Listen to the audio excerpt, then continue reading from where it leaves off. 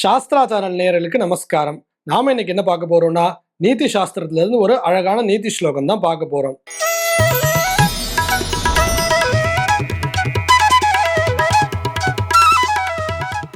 புஸ்தகஸ்தாது யா வித்யா பரஹஸ்தே ச யத்தனம் காரியகாலே சமுத்பன்னே நசா வித்யா ந தத்தனம். இந்த ஸ்லோகத்துல இவ என்ன சொல்றான்னா, புஸ்தகஸ்தாது யா வித்யா, ஒரு வித்யை அப்படின்றது ஒன்று இருக்குன்னா அது புஸ்தகத்திலேயே இருக்குன்னு வச்சுக்கோங்களேன், அது பயன் இல்லை அப்படின்றா. புஸ்தகம்னா புஸ்தகம்னு எடுத்துக்க வேண்டாம். ஒரு படித்த ஒருத்தவன் வெறும் தியரியை மட்டும் படிச்சிருந்தான்னா அது பயன்படாது அப்படின்ற அர்த்தத்துல சொல்றா.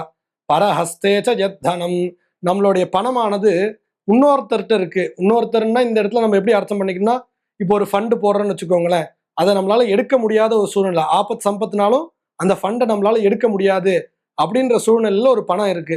அப்படி இந்த வித்யையும் இந்த பணமும் நம்மளுக்கு உபயோகப்படாத ஒரு இடத்துல இருக்குன்னா, காரியகாலே சமுத்பன்னே, அப்படி உபயோகப்படாத இடத்துல இருக்குன்னா அந்த வித்யைக்கும் தனத்துக்கும் மதிப்பில்லை.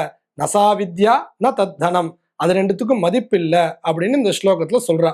உதாரணத்துக்கு ஒரு கதை பார்த்தோம்னா, 3 பண்டிதர்களும் ஒரு சாமானியனும் அப்படின்னு ஒரு சின்ன கதை. அதாவது நல்லா படிச்ச ஒரு 3 பேர் இருக்கா, அவளோட ஒரு சாதாரண ஒரு மனுஷன், இவ 4 பேரை சேர்ந்து ஒரு கதையா இந்த கதை அமையிறது. 3 பண்டிதர்கள் ஒரு தேசத்துல வசிக்கிறா. 3 பேருமே நல்லா படிச்சவா, நிறைய புஸ்தகங்களுக்குள்ளெல்லாம் போய் விசாரம் பண்ணி பலவிதமான சாஸ்திரங்கள் படிச்சு நிறைய நாலேஜ் கத்துண்டு நிறைய பாஷைகள் கத்துண்டு அப்படி அவளுக்கு தியரி நாலேஜ் பார்த்தீங்கன்னா அவ்வளோ ஜாஸ்தியா இருக்குமா.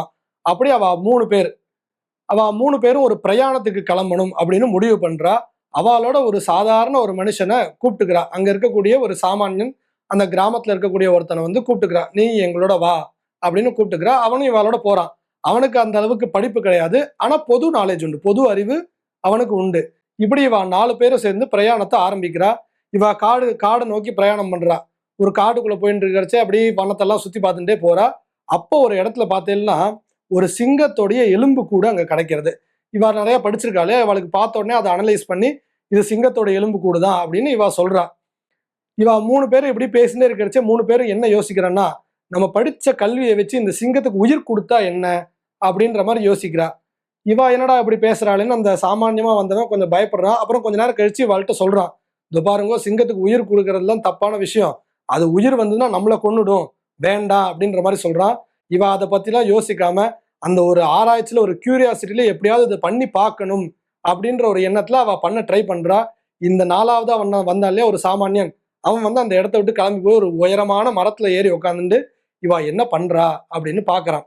இவ 3 பேரும் என்ன பண்றான்னா, இவ படிச்ச வித்தியெல்லாம் வச்சு அந்த சிங்கத்தோட எலும்பு கூடுக்கு மந்திர தந்திரங்கள்லாம் வச்சு உயிர் கொடுக்குறா. அந்த சிங்கமும் உயிரோட வந்துருது. உயிரோட வந்து சிங்கம் என்ன பண்ணுச்சு, அந்த சாமானியன் சொன்ன மாதிரி அவனோட பொது அறிவை வச்சு அவன் சொன்ன மாதிரி இவ 3 பேரையும் கொன்னு சாப்பிட்டுருது. இப்ப இந்த கதையில இருந்து நம்மளுக்கு என்ன தெரியறதுன்னா, வெறும் தியரட்டிக்கலான ஒரு நாலேஜ் மட்டும் இருந்தா அது பிரயோஜனப்படாது. அது பிராக்டிக்கலாவும் இருந்தாதான் அந்த வித்யைக்கு மதிப்பு. அதே மாதிரிதான் ஒரு பணம் அப்படின்னு ஒண்ணு இருக்குன்னா, நம்மளுக்கு ஒரு சமயம் சந்தர்ப்பம் அந்த சமயத்துல உபயோகப்பட்டாதான் அந்த பணத்துக்கு வேல்யூ.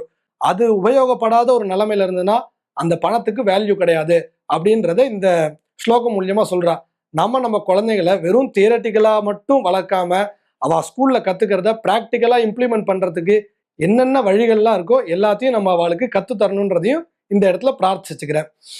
புஸ்தகஸ்தாது யா வித்யா பரஹஸ்தே ச யத்தனம் காரியகாலே சமுத்பன்னே நசா வித்யா ந தத்தனம். நமஸ்காரம்.